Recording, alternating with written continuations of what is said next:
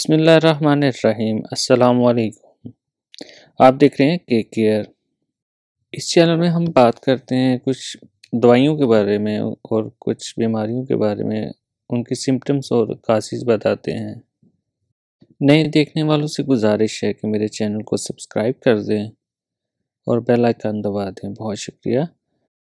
आज हम जिस टॉपिक के बारे में बात करने वाले हैं बड़ा ही कॉमन है, पेट का दर्द, कॉलिक।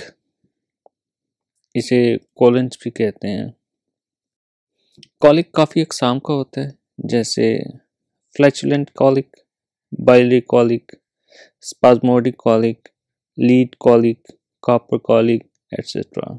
आज हम जिस कॉलिक में के बारे में बात करने वाले हैं उसका नाम है फ्लैचुलेंट कॉलिक, यानी कि पेट में जो गैस हो जाती है उसका जो दर्द होता है, उसकी अलामात, उसके असबाब और उसे पहचाना कैसे जा सकता है कि आपको गैस की दर्द है, और उसके लिए मेडिसिन कौन सी इस्तेमाल की जा सकती है, उसके बारे में बात करेंगे।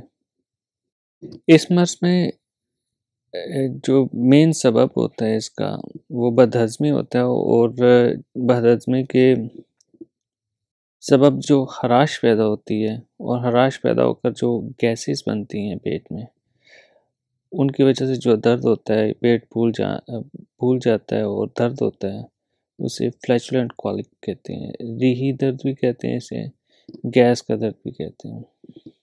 अलामात इसकी अगर देखी जाए तो पेट फूल जाता है, नाक जो होती है उसके गिर्द ठहर ठहर के दर्द होता है और शदीद किस्म का दर्द होता है जिसको दबाने से आराम महसूस होता है, और मरीज़ की कोशिश होती है कि वो उल्टा लेट जाए ताकि इसको दबाव लगा रहे और उसको आराम रहे। कई दफ़ा तो कुछ मरीज़ ऐसे करते हैं कि पेट के नीचे तकिया रख के लेट जाते हैं, जिससे पेट पर दबाव बना रहता है और दर्द जो है वो कम रहता है। अक्सर मरीज़ को बेचैनी होती है, बार बार उठता है बैठता है पेशेंट, अजीब सी बेचैनी और बेताबी सी होती है पेशेंट में, कब्ज़ हो जाती है, जी मतलाता है, और कभी कभार तो कह भी आ जाती है, उल्टी कर देता है बंदा, मगर बुखार नहीं होता इसमें। और ये जो प्रॉब्लम है बार बार होती है, दर्द बार बार आता है, टीसें उठती हैं।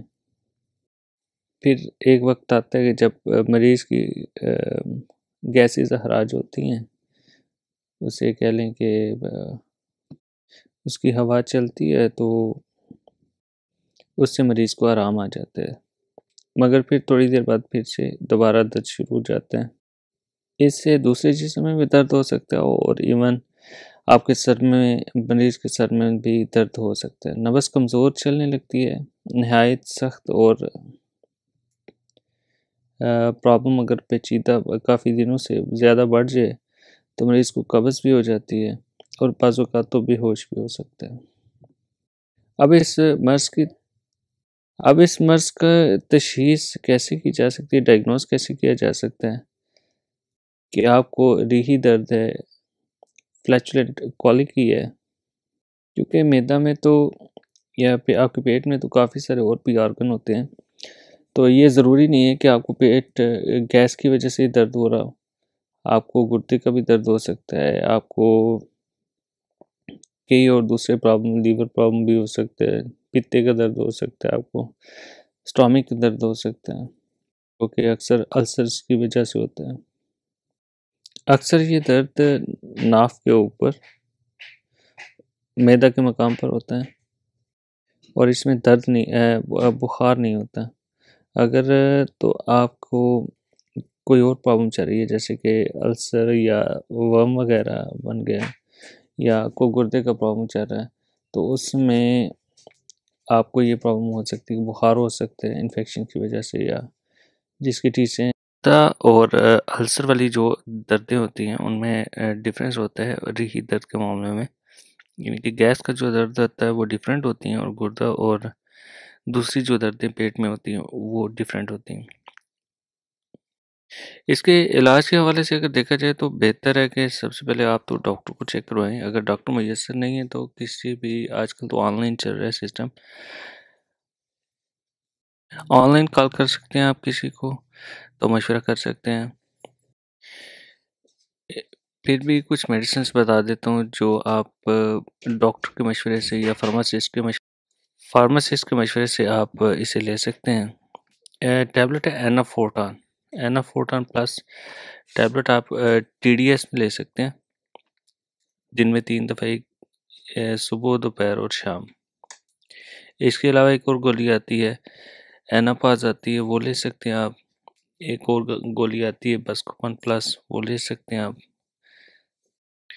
अगर आपको इन सारी मेडिसिन से भी किसी भी गोली से आराम नहीं आता, तो आप बेहतर है कि हॉस्पिटल जाएं और अपना अल्ट्रासाउंड वगैरह करवाएं, कहीं कोई और पेचीदा मसला तो नहीं चल रहा।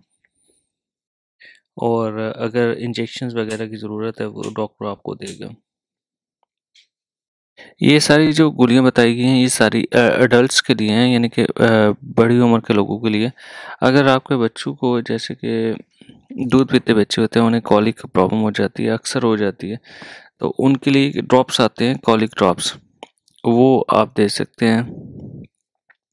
भी एज के हिसाब से होते हैं, बेहतर है कि आप अपने मेडिकल स्टोर और फार्मेसी से पूछ के तो एज के हिसाब से डोजेज कर ले।